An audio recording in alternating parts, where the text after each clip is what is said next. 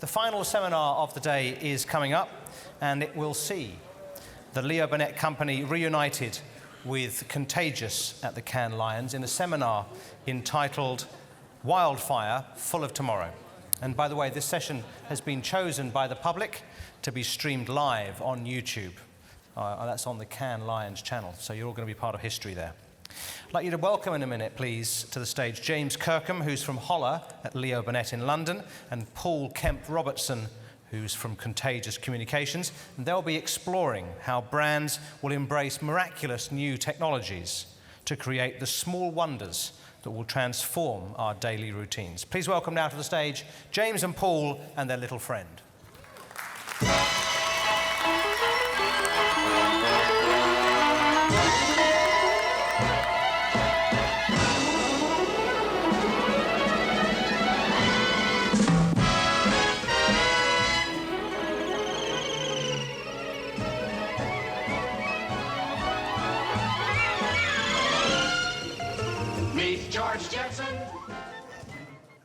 Hello, good afternoon. Welcome to Wildfire, everyone, full of tomorrow.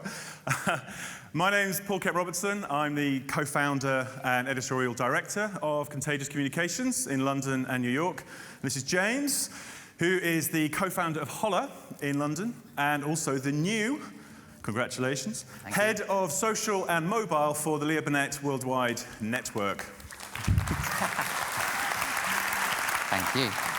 So we really, really appreciate the fact that we've got a full house here on a beautiful day at the end of what's been a very long day here at the Palais. So we're definitely a case of Wildfire 1, Rosé 0. So thank you for that.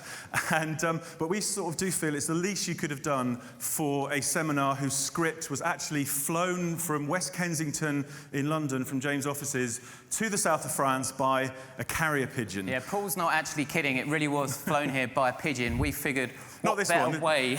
Well, he's not it. This is his body double. We thought, what better way to talk about the future, messages for tomorrow, than the perfect message-carrying device from the past and this little pigeon.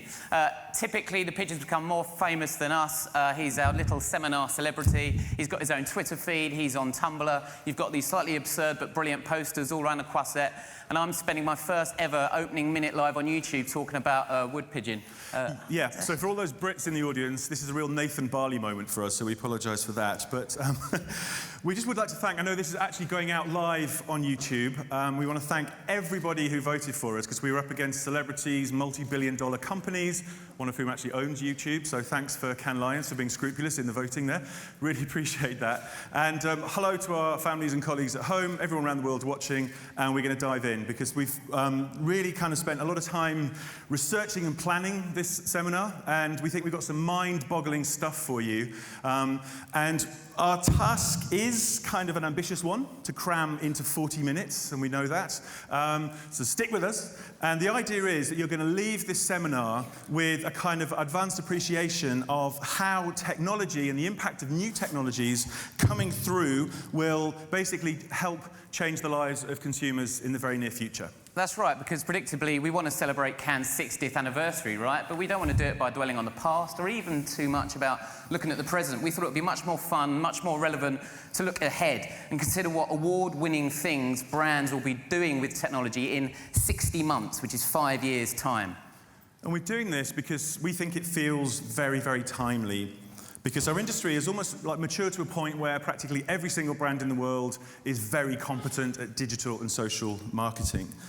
But the next steps of the industry, and this is something that we've kind of explored in the last couple of years here at Cannes, is that marketing isn't necessarily feeling much like marketing anymore. We're sort of edging into areas like IP creation, the development of sort of smart, empathetic ecosystems, and service design and IP creation and so on. And by empathetic ecosystems, what we mean by that is that the deeper that you engage with a brand in the future, the better placed that brand will be to kind of serve and anticipate your needs. and to keep you locked in to what will, we think, become a kind of mutually beneficial relationship, as we shall see in the cases we have ahead. I mean, it really feels like something of a landmark moment. So this week alone, you've got MIT here, you've got the launch of the Innovation Lions, you've got a few seminars doing a similar thing in terms of looking into their crystal ball, trying to gaze into the future a little bit. And as we're saying, we don't think this is coincidental. We think this is going to be a point in time when people come back and look back and go, that was when the game changed. That was when brands started to use their muscle, their scale, their reach, their data, their creative might to become the kind of connective tissue between new technology and you lot, real people. It's something that we've been exploring quite a lot in Holler, for example, where for the last couple of years we talk about a more symbiotic relationship between a brand and real people. In the old days, you might get hoodwinked for giving over your like in exchange for seeing a bit more content. Now, you help them and they help you. You get involved and you get handsomely rewarded for it. Exactly. So, of course, there's a danger of jumping on the latest bandwagon as we rush to keep ahead of the competition. Or the Brazilian teenager or South Korean kid that's kind of beating a lot of brands to the punch in terms of how they use and interact with technology. But from our perspective, there's no point being the first or the biggest if you fail to address a genuine human need. So it's kind of better to do it right and make things easy for people. That's right. Let's face it, consumers can't be programmed, right? So generally people will never look to a marketeer to deliver an experience powered by a specific technology. All they actually care about is the value that it results in. So we believe that as brands' application of technology becomes more effective, then the tech itself will become more invisible, more human, basically. And it's this streamlining, this humanizing of technology in the future that we specifically want to explore with you guys today. Now, the CEO of Amazon, Jeff Bezos, said something which should be on the wall of every agency and every innovations lab around the world. It's such a brilliant reminder of this. It says, and I quote, "I frequently get the question, what's going to change in the next 10 years? I almost never get the question, what's not going to change in the next 10 years? But the second question's actually the more important. You can build a business strategy around things that are stable in time." He goes on to say that what isn't going to change, of course, is people. We innovate in order to explore new ways of reaching real people. Once you take people out of the equation, you kind of become a tech fetishist. It's sort of innovation without humanity. Yeah, so who knew that Jeff Bezos had a really strong London accent? So basically what you're saying, James, is that it's about creating like more small wonders and fewer loud ads. 100%. Okay, so what we're going to try and do with you in terms of exploring future scenarios is take you through 3 hypothetical scenarios that we think might happen over the next kind of 5 years. And these are everyday processes that we believe will be completely transformed by brands using technology in a smart, seamless, and generous way. So turning what appears to be kind of miraculous, almost out of reach to the general public, into those kind of small, mundane wonders that eventually we will not be able to imagine living without. So some of the wizardry that we're going to show you may seem a little bit far-fetched, especially to our mothers and probably billions of consumers out there, but rest assured that everything that we're going to show you is actually based on real prototypes and concepts that are already being tinkered with in universities and innovation labs around the world. And this is the sort of stuff that blows the mind of the Contagious editorial team in London and New York. So we've basically sort of gathered some of our favorite examples that we've featured in order to support the sort of projects and hypotheses and predictions that we're going to share with you today. So in a second, we're going to jump into our first scenario. But before we do, we're going to insert, typically, a bit of a disclaimer, a bit of a caveat. And it's about creativity, because a lot of what we're going to be showing is going to involve automation and optimization. So these 2 words are probably starting to give us a slight sense of foreboding, a more ominous forecast of what the future of our beloved industry will bring, where, you know, kind of all-conquering, all-powerful algorithms and super smart computers end up dominating and given an increasing amount of responsibility, potentially undermining the contribution of the likes of me or you lot. So what does it all mean for you? I mean, basically what we're proposing is that brands have the resources to take this stuff out of beta and the reputations to do so. So we think there's a sort of perfect storm out there because no one else is equipped to do this thing in such a kind of accessible way without charging people a premium. So you think about it, brands have actually got a head start because the best ones are hardwired into people's brains already. because of a combination of quality and trust and consistency of product and service, and obviously also because of marketing, the message that kind of, sink into people's neural pathways and get stuck in their brain. And this gives brands a really significant advantage to take all these new technologies and push them out into the world because they can beat the startups at it who no one's heard of.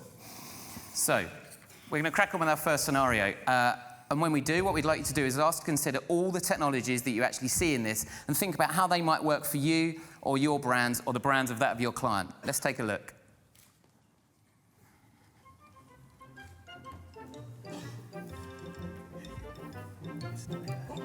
Let's start at the beginning of a day, when our chap here, let's call him James, has dragged himself away from one of the most enjoyable analogue experiences of all. Why, sleep, of course. Now, James is feeling under the weather, something which has already been picked up by the camera on his smartphone when he checked his email in bed.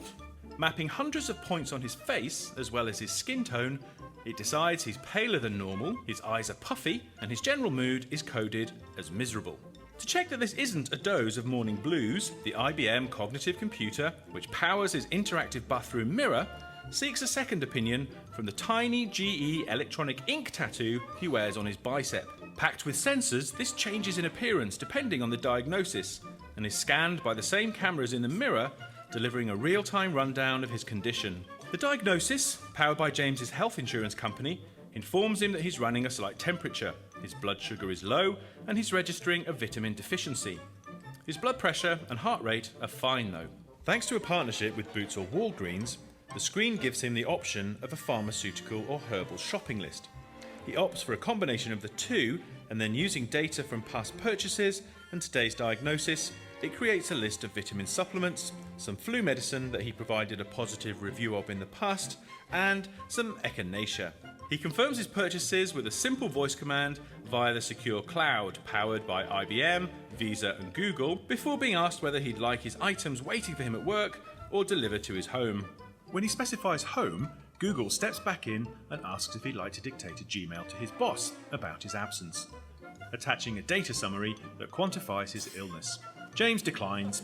A good old-fashioned telephone call will be better, although obviously this will be done using a Samsung-developed implant in his inner ear, which detects vibrations in the small bones to pick up his speech, however croaky.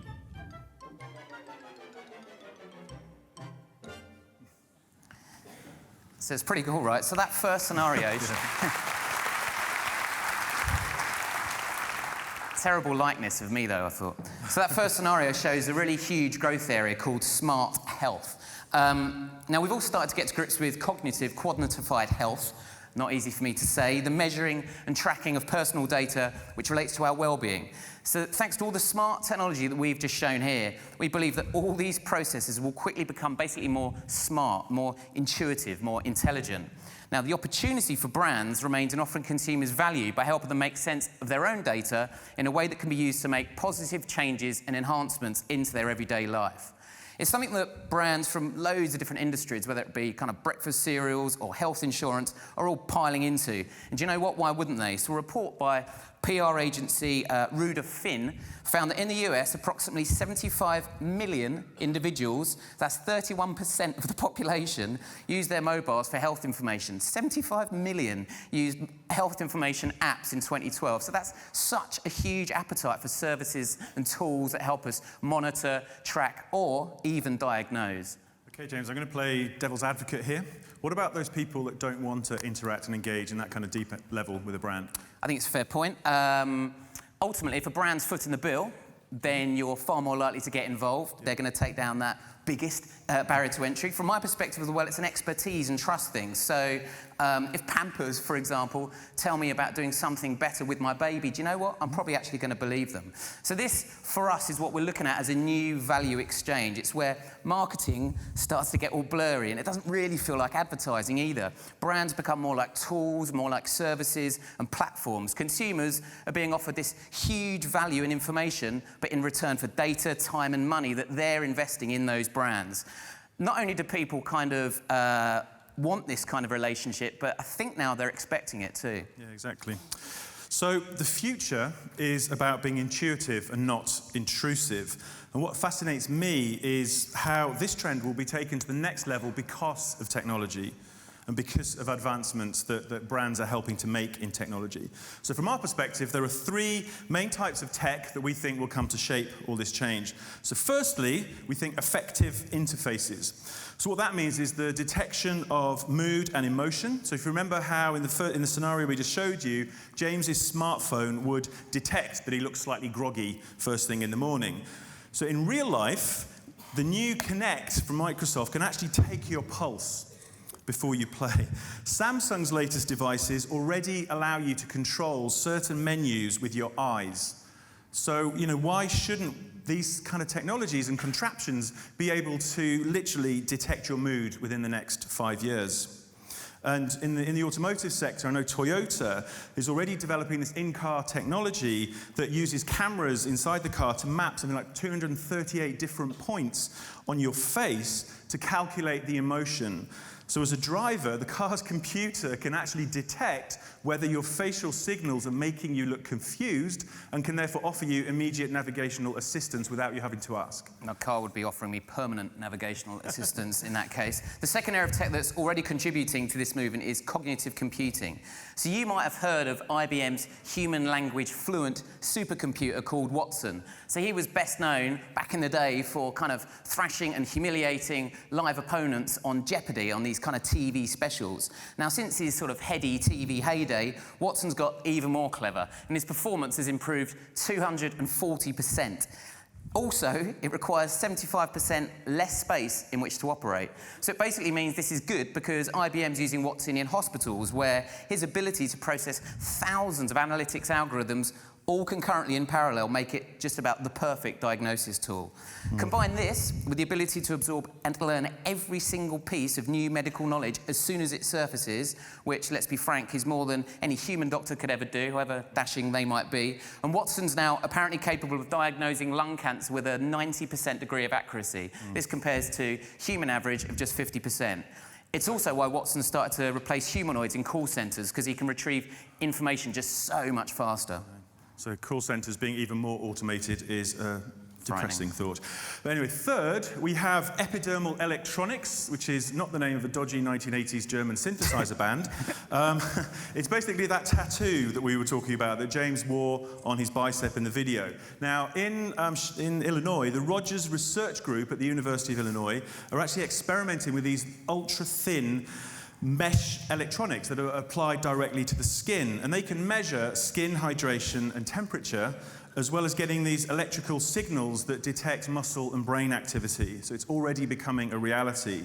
And at the D11 conference recently, there was Motorola demonstrated a prototype. It was an electronic tattoo, and it shows you that this sort of tech is starting to move out of labs and into brands innovation labs, which is a sort of significant difference that research departments are now playing with this. So we're saying that within the next kind of 60 months, it's entirely plausible that something like epidermal electronics could work in sync with sort of cloud-based systems to give you access to a smart cognitive computer like Watson to deliver kind of accurate diagnoses in real time, which is an amazing and exciting thought.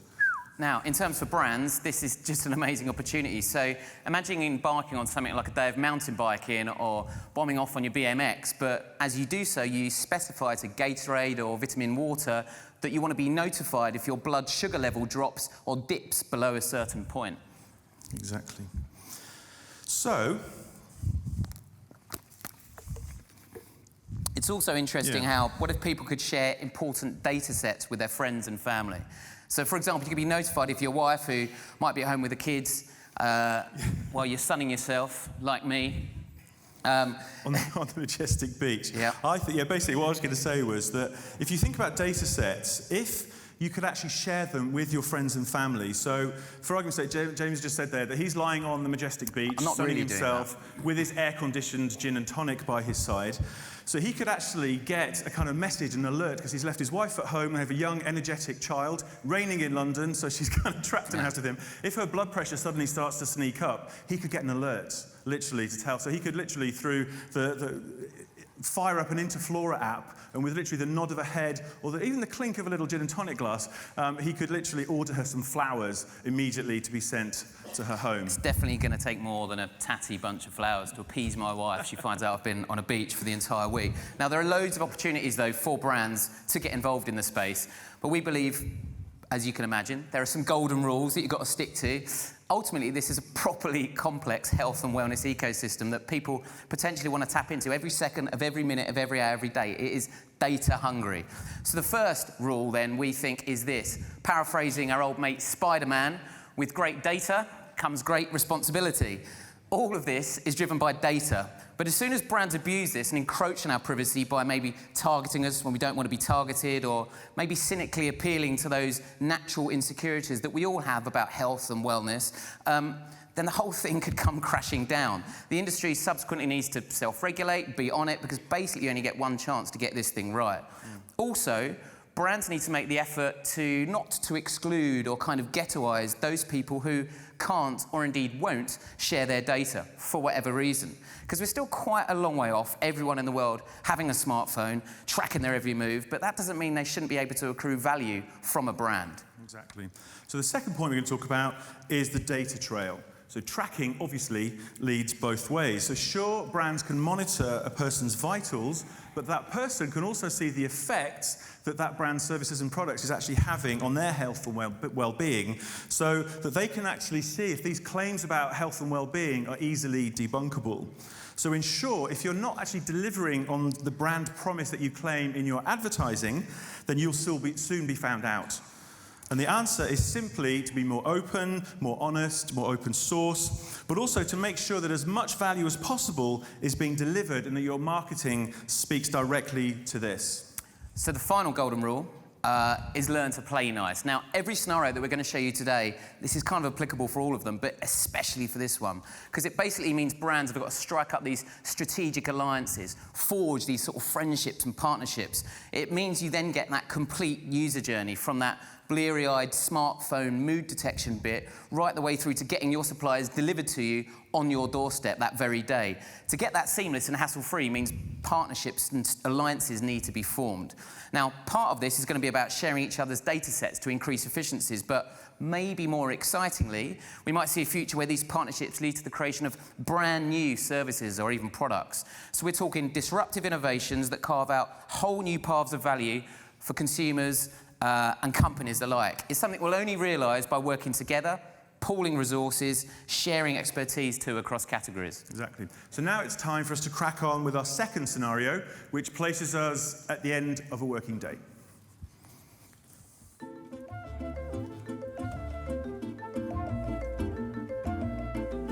Meet Paul. He's about to spend some quality time with his family. Before he leaves work though, his Bing PA reminds him he needs to order a suit for his cousin's wedding. Paul wants to make sure the suit is a perfect fit, but it's been more than a year since he bought one, so a Microsoft-powered application tells him he's due a body scan update. He lets his webcam complete a full 3D scan right there in his office. The data is saved over his profile, which is of course retrievable across any website that has licensed the application. On the Hugo Boss website, Paul narrows down his choice to one cut of suit, but it's available in various fabrics. To tell the difference, the e-commerce site uses haptic feedback, allowing Paul to run his fingers across samples displayed on his computer. The screen delivers subtle vibrations under his fingers, mimicking the textures of the suits.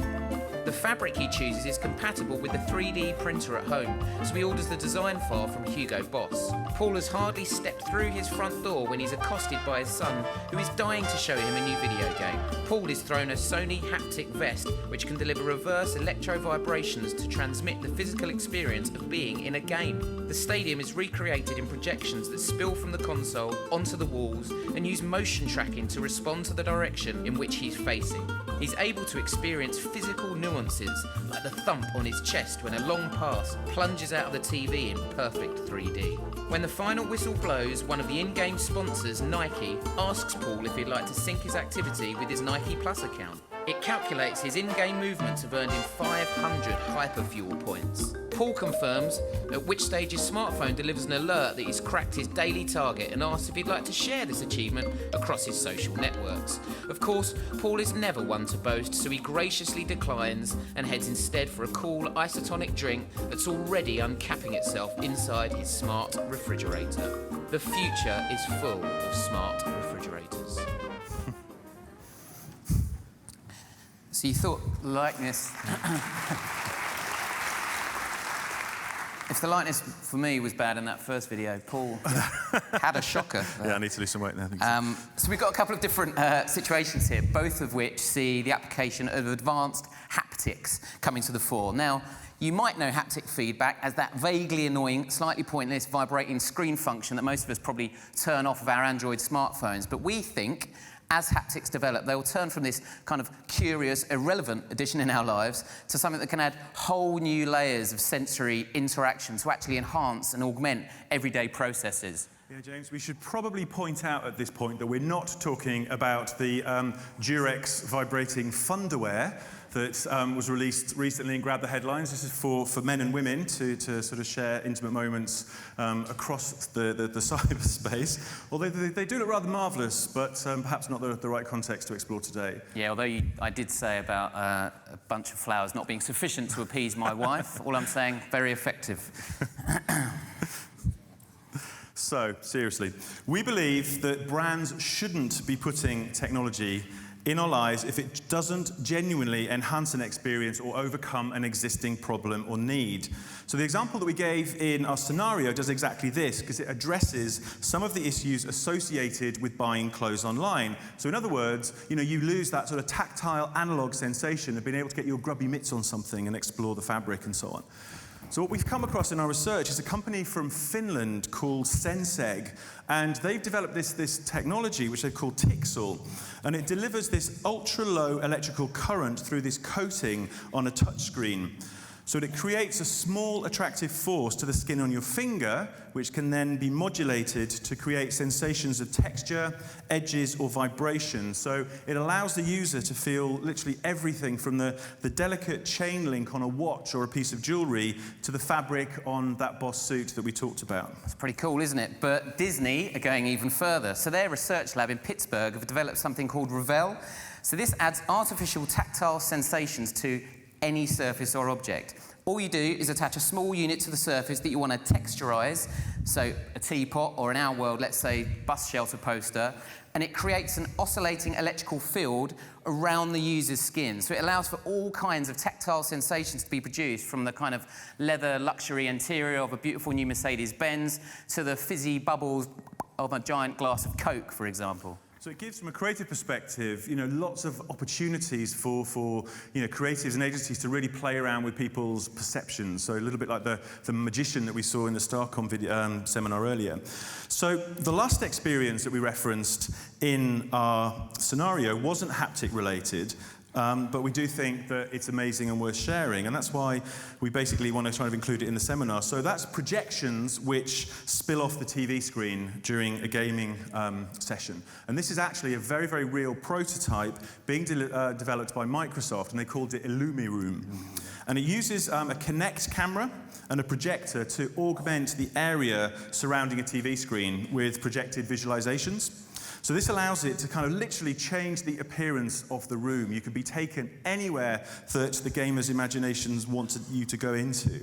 And it basically includes kind of apparent motion as well. It extends the field of vision. So what it's trying to do is literally create, we talk about an immersive gaming experience with existing consoles. This is literally taking the word immersive to the next level.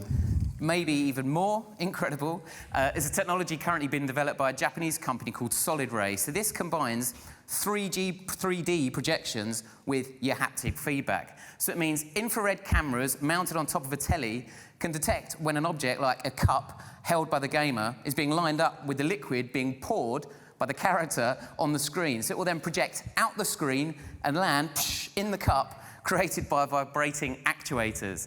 So you start to see how all these different sensory technologies really start to come together to create properly futuristic feeling, fantastical scenarios. Yeah, can you imagine what they will do with sports and so on? So, these things feel like absolute magic, but what we're saying is that very quickly they'll become exactly the kind of small wonders that we will start to take for granted, courtesy of brands. So in terms of the implications for everyone here in this room, we think that this is going to have a huge impact, not just on the kind of experiences that brands create for consumers, but also the way that these experiences are actually delivered. So at the moment, you think, you focus very much on sound and vision. Brands and agencies will now have to think about the how, the where, and why additional visceral sensations might enhance someone's interaction with a product or service. So we like to think of this as multisensory planning. And I'm sure that the DM and the retail specialists in the room will really like this. Loving multisensory planning. But there are huge implications here for retailers. So first of all, you've got to think, are all these advanced haptics, all this kind of tactile e-commerce, is that basically going to mean we're never going to step foot inside a store or a shop ever again to buy a product? The flip side is it might allow retailers to scale up by scaling down. Now, I know that sounds a bit counterintuitive, but if you think about it, if all you need is one touchscreen to show off thousands of products, then what's to stop the likes of a Uniqlo or a Gap from opening cool, tiny little booth-sized stores on every street corner in every town, at the back of railway stations? We all saw what that kind of approach did for Tesco's with its Home Plus digital billboards. But imagine if advanced haptics gave consumers the courage to purchase clothes in that same way. It might really revolutionise real-world retail, just at the same time as we're all talking about the death of the high street. Absolutely. So with more sensory levels or dimensions through which to appeal to people, there's also that potential to actually create more distraction. So admittedly, feeling bubbles cascading up a giant soda glass in a bus shelter will be novel the first time you experience it. But people probably said the same thing about those cute little banner ads that were advertising diamante iPhone covers from Hong Kong when they first appeared. Got one of them. James has got one of them, but it clashes horribly with his Funderwear. But the fact is that haptics are actually a perfect example of a bandwagon technology. So the one that, if we're not careful, everyone will want to jump on, regardless of whether it's appropriate. So if in doubt, just resort to that old contagious maxim that we've been saying for the last kind of 5 years, is, as a brand, don't ask what's in it for us what's in it for them, the end user, the consumer, the people that buy your stuff in the real world. It's a good maxim. So, listen, it is a lot like augmented reality, and that definitely felt like a bandwagon technology originally, but now it's starting to find some really interesting uses. Although, my slight issue is it shouldn't be up to the technology to find those uses. It's up to kind of me and you lot and all of us to kind of push and help evolve technology into a more kind of functional, useful piece. I mean, with augmented reality, my favourite actually is still that Lego piece, where a kid can go into a shop, hold up a box and see the beautiful projection of what model it is inside, because that feels like it combines functionality with, frankly, magic when you're that age. Now, a nice segue, though, to the pop-up stores piece with augmented reality, I think is fantastic. It's Yehodian, China's biggest e-commerce site. They're planning to launch, get this, 1,000 virtual stores all around the country, but powered entirely by augmented reality. So it means they can be placed literally anywhere where you can get a Wi-Fi connection or some mobile phone coverage. So if you think about the kind of guerrilla activities that you can do, imagine some challenger like Under Armour setting up a virtual store right outside Nike Town, or Samsung having fun at the entrance of the Apple store. And this connects really nicely to our third and final scenario. Yeah, so for this third and final scenario, we want to try and create a situation that any of you could find yourselves in the next few years as you step out of the Palais onto the Croisette. Let's take a look.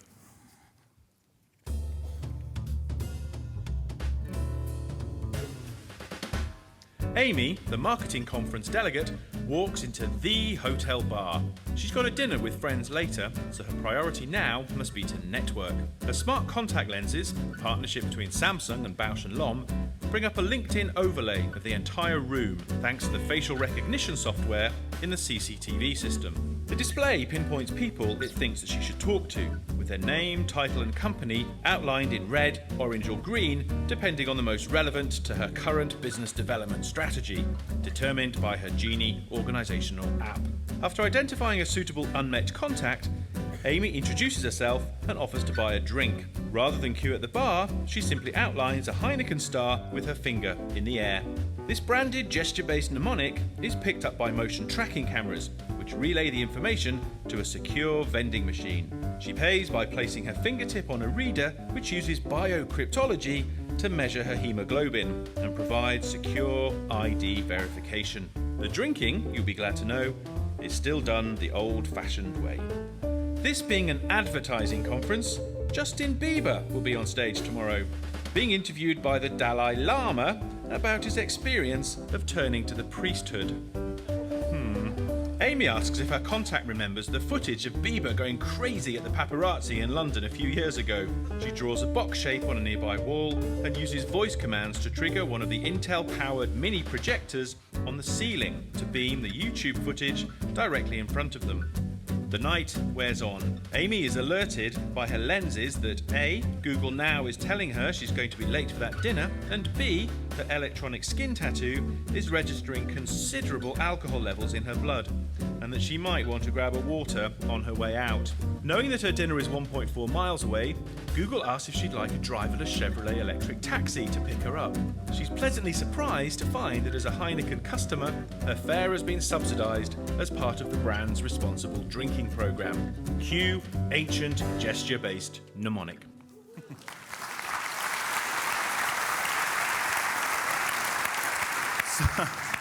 The scary thing about the job titles in that animation is that they're all true. We took them from genuine people's job titles. So obviously that's a bonkers sequence of events, totally. But again, all of it is plausible. All of it is based on concepts and prototypes that are starting to emerge in the real world, all of which we can kind of group under the phrase, the human body as interface. We already touched on this with the idea of electronic tattoos, but in this scenario, it's all about how tech can work in perfect harmony with our bodies to transform literally how we perceive and interact with the wider environment. And this is really, really important because you think about it, our hands, our eyes, our brain, these things are still the most kind of dexterous and sophisticated and wonderfully creative tools that any of us will ever own. So there's no point in technology trying to compete with them. Yeah, I mean, this whole area of wearable tech has grabbed bundles of column inches over the last year, thanks to innovations like Nike Fuel Band, Google Glass. Google Glass probably banned among half the bars on the Quasets as we speak. Yeah, I love the fact that there's already a word in the Urban Dictionary for someone who flaunts their Google Glass. I think it's a little bit harsh because one man's glass hole is another man's trailblazer. Can you say glass hole live on YouTube? Can we say glass hole live on YouTube? Should we stop saying glass hole? Maybe they'll edit it out. It's a serious growth area, though. So a report published by Credit Suisse, no left, recently claimed that wearable tech is already pegged at $5 billion, not inconsiderable. But in the next 3 years, this could be more like $50 billion. Which is an amazing amount of money. So when you think about what we just showed you, I think the most incredible of these things was the smart contact lenses. And they provide a kind of augmented overlay without the need for glasses. And, you know, as far-fetched as these sound, we are actually seeing research teams taking steps towards fitting hardware onto the tiniest of surface. So the Centre for Microsystems Technology at Ghent University in Belgium is actually using advanced conductive polymers to develop a sort of spherically curved LCD display which can be embedded directly into a contact lens. And at the moment, the patterns are pretty rudimentary, but it's still early days. But if you think about it, we had a quote in Contagious recently from Babak Parviz, who's one of the co-founders of Project Glass at Google. And he actually wrote this back in 2009. And he said all the basic technologies needed to build functional contact lenses are in place. So if you think about it, if Google have been literally having a 5-year head start on this, would you bet against them doing incredible things with it as we edge into the future? Not at all. Now, the second, and I'll be honest, my favourite type of tech at work in this scenario is advanced motion tracking, which enables us to engage with a brand by simply moving our body in a certain way to draw out a specific branded gesture mnemonic. So this is effectively Intel's infamous audio chime, da-da-da-da, but drawn out with your hand. The updated technology for the new Xbox One is pretty amazing too. So as well as mapping your face in high resolution, which by the way means it recognises each and every individual user, it can also detect specific muscle stresses and strains throughout your body, as well as your heartbeat. The point being, it'll be pretty well easy to recognise your drinks order if we sat this thing in a bar. Yeah, so and last of all, we have those projected interfaces that let Amy and her friend watch YouTube on the wall, the Justin Bieber clip.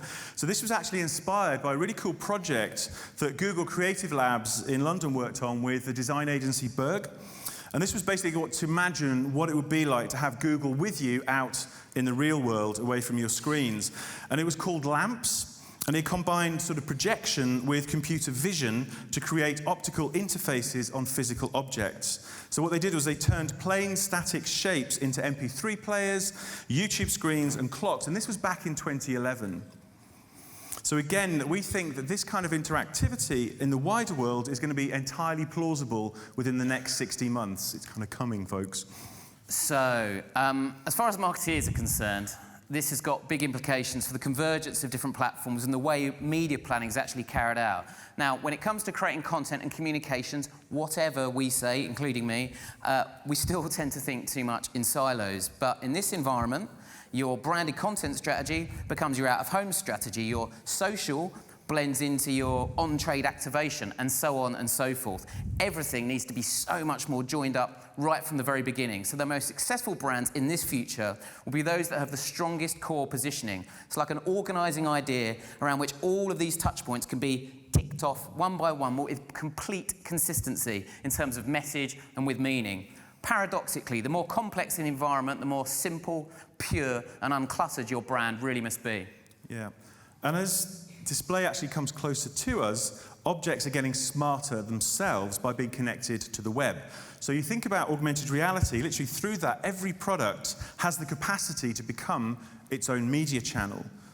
So if you examine the way in which people connect to the Internet of Things, this is going to really become a crucial part of the planning process of marketers, because they're going to start looking at how to imbue physical products with location, time, or user-based relevance. But of course, kind of mastering the physical graph will only happen when it seamlessly connects to the social graph being built by the likes of Facebook and the knowledge graph, which Google practically owns by now. So again, it comes back to this idea of connecting the dots to ensure literally a complete experience as possible. Lastly, the frightening one, visual spam could become a major issue in an environment where every brand or broadcaster is looking to vie for your attention by beaming messages directly in front of your eyes. So we run the risk of creating one big commercial break, but where none of us can ever actually leave the room.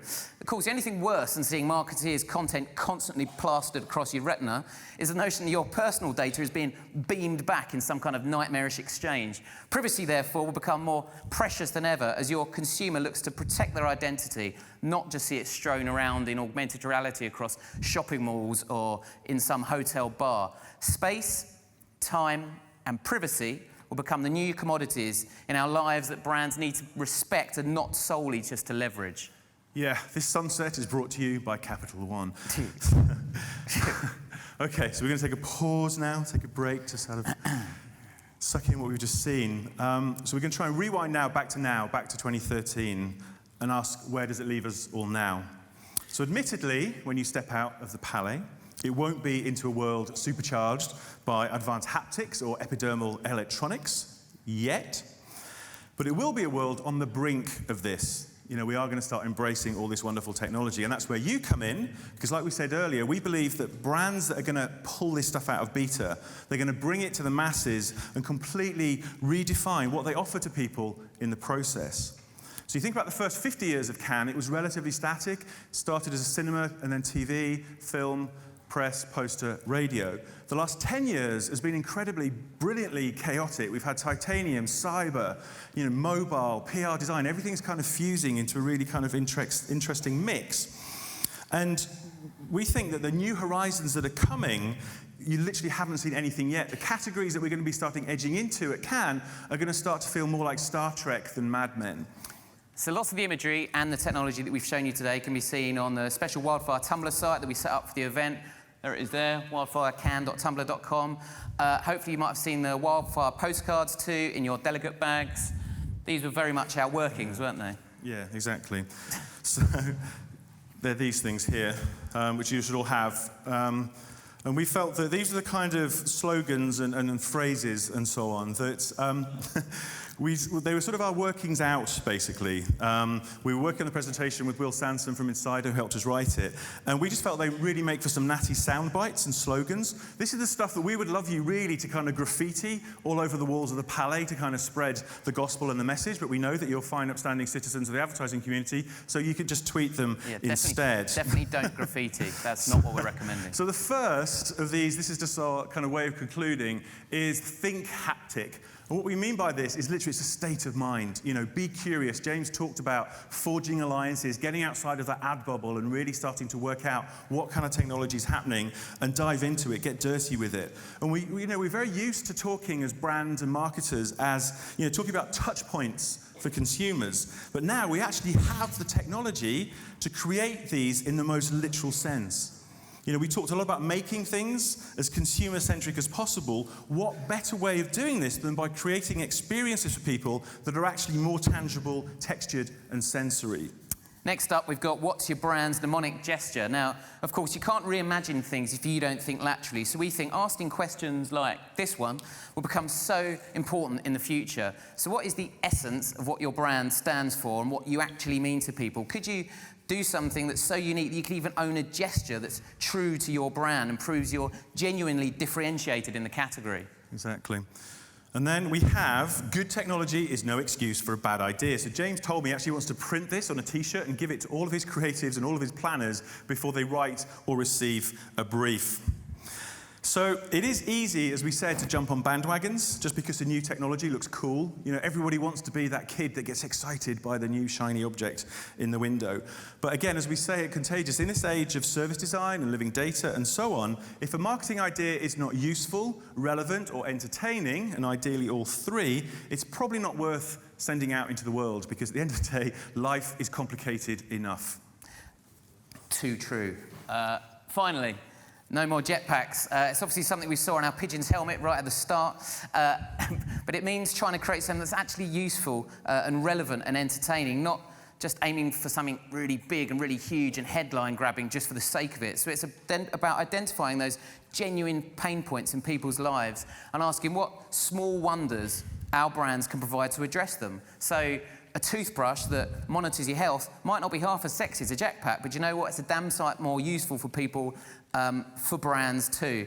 Brands who are loved by people are those that keep it real, that use technology to provide fantastic little enhancements to their kind of everyday routines. Yeah, can you imagine answering your phone while flying with a jetpack? It would make your fuel tank explode. Not ideal. Finally, best is better. And this might look obvious, but we believe that getting something right is much more important than making it the biggest or being the first to the punch. You think about it, Apple wasn't the first to develop an MP3 player, but they were the best. Malcolm Gladwell stood on this very stage and talked about third mover advantage. He referenced the Israeli army, who in terms of size, is probably pound for pound the most efficient and effective on the planet. And what they tend to do is allow the Americans to innovate, the Russians then come in and appropriate, and then the Israelis come in and basically take all of that and add some of their own innovation, and suddenly they're the most effective force on the planet. So you think about making it best for real people, basically we want to make sure that all the stuff we talked about is intrinsically linked to the bottom line of your company or client. You can do all this stuff and still, kind of make money and engage with people. And these two things have always been at odds. So making stuff that works for people and that commercial necessity, those two things have never been kind of one and the same. But do you know what? Brands can now make them one and the same. And we think in this sort of brave new world that we're just glimpsing at today, brands have got the chance to actually hit the reset button and use technology to be one and the same. And the rest, I'm afraid, is up to you lot. Exactly. So if you'll excuse us, James and I have to go and buy some Thunderwear. Thank you very much.